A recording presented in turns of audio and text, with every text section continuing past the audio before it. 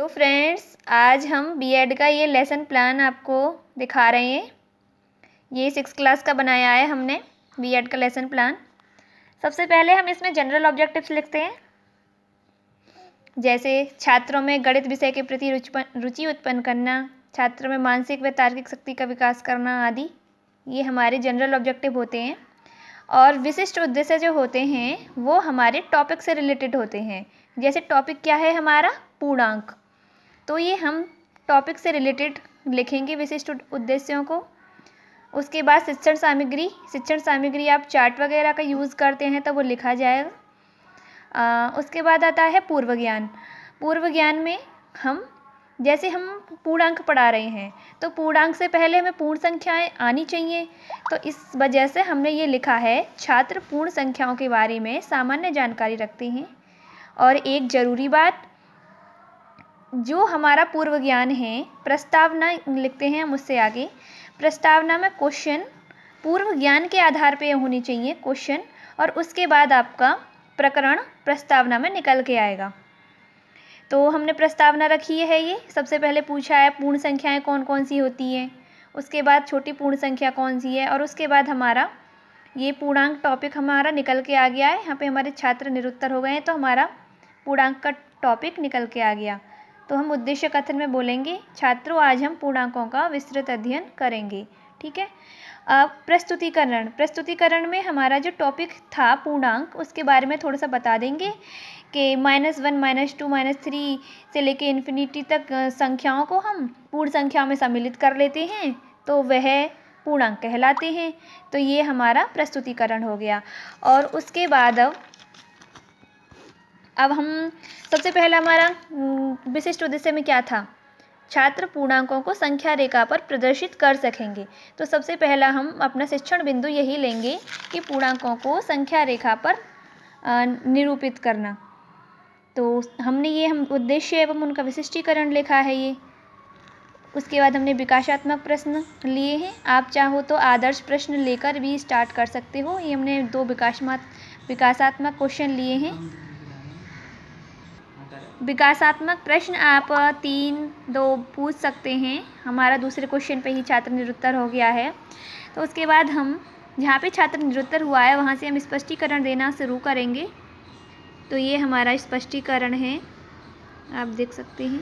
और स्पष्टीकरण में जहाँ हमने ब्लैक बोर्ड का यूज़ किया है वहाँ ब्लैक बोर्ड का यूज़ करेंगे। हमने यहाँ पे संख्या रेखा बनाई हुई थी, इस संख्या रेखा को हमने ब्लैक बोर्ड पर प्रदर्शित करा है इस तरीके से। और इसमें हमारा ये विश्लेषण संश्लेषण विधि का यूज़ हुआ है। और विकासात्मक प्रश्न में प्रश्नोत्तर प्रविधि का, ये हम एक बोध प्रश्न पूछ लेंगे यहाँ पे। उसके बाद हमारा दूसरा शिक्षण बिंदु था संख्या रेखा की सहायता से पूर्णांकों को जोड़ना। उसके बाद हमने ये विकासात्मक प्रश्न से ही शुरू किया है। अब यहाँ पे हम जहाँ पे छात्र निरुत्तर हो रहा है वहाँ स्पष्टीकरण का यूज़ करेंगे, देख सकते हैं।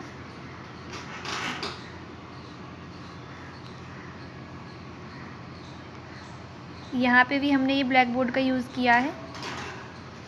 उसके बाद बोध प्रश्न।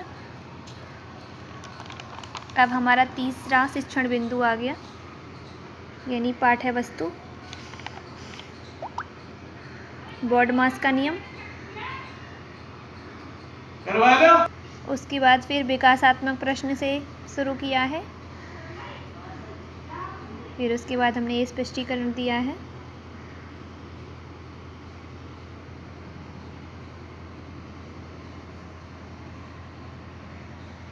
ये प्रश्नोत्तर प्रविधि,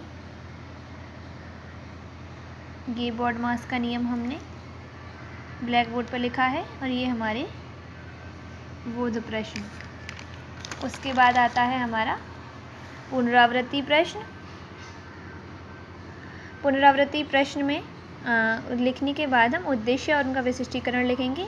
अर्जित ज्ञान का अभ्यास कराना एवं इसको अधिक स्पष्ट कराना, और छात्रों के अर्जित ज्ञान का पुनः मूल्यांकन करना। क्रियाएं में लिखेंगे यहाँ पे हम छात्र अध्यापिका छात्रों के पुनः मूल्यांकन हेतु प्रश्न पूछेंगी। यहाँ पे अब 4 या 5 क्वेश्चन ले सकते हैं। आपका क्वेश्चन सारे सेम नहीं होने चाहिए। क्वेश्चन में एक हो गया हमारा ट्रू फॉल्स का, एक MCQ टाइप, एक नॉर्मली क्वेश्चन हो गया और एक फिल इन द ब्लैंक्स। इस तरीके से आप क्वेश्चन ले सकते हैं। और इसके आगे अभी छात्र छात्रा क्रियाएँ ज़रूर लिखना है हमको। और उसके बाद हम देंगे पुनरावृत्ति प्रश्न के बाद गृह कार्य। गृह कार्य में लिखेंगे छात्रों द्वारा अर्जित ज्ञान को स्थायित्व प्रदान करना एवं उनकी कठिनाइयों का पता लगाना। और छात्र अध्यापिका निम्न प्रश्नों को लपेट श्याम पट पर लिखकर गृह कार्य के रूप में देंगे। और ये हमने 3 क्वेश्चन लिखे हैं, आप 4 भी लिख सकते हैं एज यू विश। अब छात्र छात्राएं क्रिया में लिखेंगे छात्र ध्यानपूर्वक प्रश्न देखेंगे, सुनेंगे वे अपनी उत्तर पुस्तिका में लिखेंगे। निरीक्षण विधि का यूज़ होगा इसमें। हमारा ये यहीं पे फिनिश हो गया। Thank you.